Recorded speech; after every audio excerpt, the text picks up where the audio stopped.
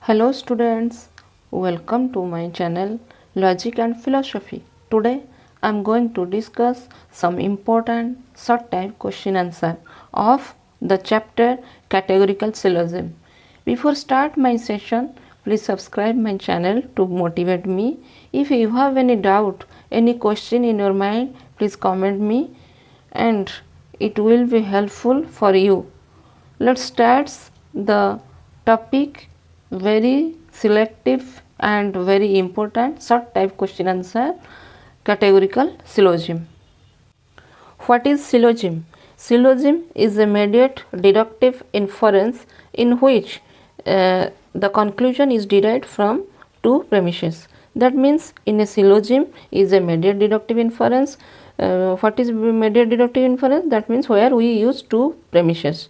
So syllogism is a mediate deductive inference in which we must use that is two premises. How many types of syllogism? There are two types of syllogism, pure syllogism and mixed syllogism. What are the different types of pure syllogism? There are three types of pure syllogism: pure categorical syllogism, pure hypothetical syllogism, and pure alternative or disjunctive syllogism. That means there are three types of pure syllogism: pure categorical, pure hypothetical, pure alternative, and disjunctive syllogism. What is called premise? In argument through which the conclusion is drawn is called premise. Then what is conclusion? In argument, conclusion is that which is drawn from or by the premise or premises. That means in argument through which conclusion is drawn is called premise, and in argument conclusion is that which is drawn by the premises or premise. Then what is called major term? The predicate of the conclusion is called major term. What is called middle term? The term which is present in both the premises but not in conclusion. It is called middle term. Then what is called major premise? The premise in which major term is related with middle term is called major premise.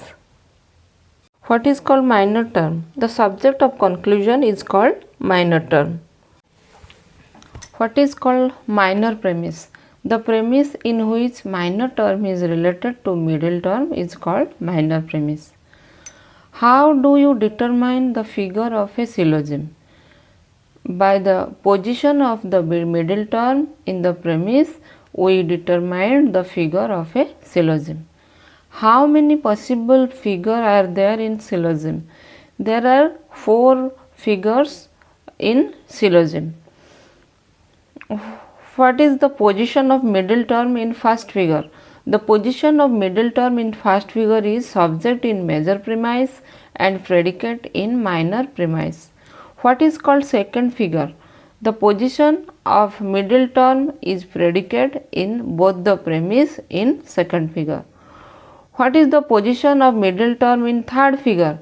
The position of middle term is a subject in both the premise in third figure. What is the position of middle term in fourth figure? The position of middle term in fourth figure is predicate in major premise and subject in minor premise.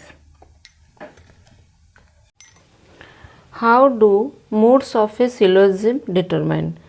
That means what is the mood of a syllogism? The mood is determined, or mood is the form of a syllogism as determined by quality and quantity of constituent 2 premises and 3 proposition.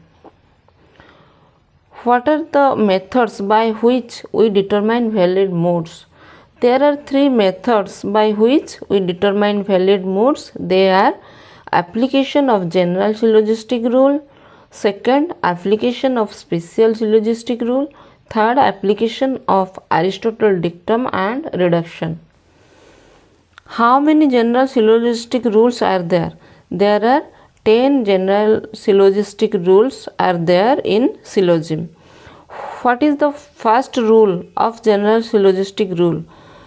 The first rule is every syllogism must have 3 and only 3 terms. What is the second rule of general syllogism? Every syllogism must have 3 and only 3 proposition. What is the third rule of general syllogism? Middle term must be distributed at least once is the third rule. What is the fourth rule of general syllogistic rules? The fourth rule is an undistributed term of premise cannot be distributed in the conclusion. This is the fourth rule. What is the rule number 5 of general syllogistic rule? Rule number 5, from two negative premises no conclusion can be drawn. What is the rule number 6? If one premise be negative, the conclusion must be negative. Rule number 7, if both the premise be affirmative, the conclusion must be affirmative. Rule number 8, from two particular premises no conclusion can be drawn. What is the rule number 9 of general syllogistic rules? Rule number 9 is, in one of the premise be particular, the conclusion must be particular. What is the rule number 10? Rule number 10 is, if the major premise be particular and minor premise be negative, the conclusion can be, no conclusion can be drawn. How many valid modes are there in syllogism? There are 19 valid modes out of 64 possible modes. That means there are 19 valid modes are there in syllogism. What is the valid modes in first figure? The valid modes in first figure, Barbara, Schiller and Dari, Ferrier. And possible valid modes in second figure, chemistries, Cesare, Barocco, Festino. Valid modes in third figure, that is Darapti, Dattisi, Disamis, Philopton, Ferrician and Boccado. Valid modes in fourth figure, Brahmantip, Kamenis, Dimaris, Feshapo and Frecision. Then what is the Johnson definition of syllogism? According to Johnson, an argument containing two premises and a conclusion involving between them 3 terms, each of which occurs in 2 different propositions. Then what is the definition of syllogism according to Joseph? According to Joseph, the definition of syllogism is, a syllogism is an argument in which from the given relation of 2 terms in the way of subject and predicate to the same third term, there follows necessarily a relation in the way of subject and predicate between those 2 terms themselves. This is the definition of Joseph.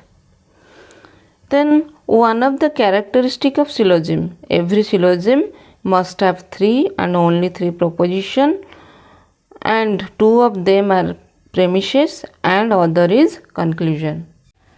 This is all about some very important selective question of syllogism, especially categorical syllogism. In the next session, I will discuss mixed syllogism. If you like this video, please subscribe my channel and thank you.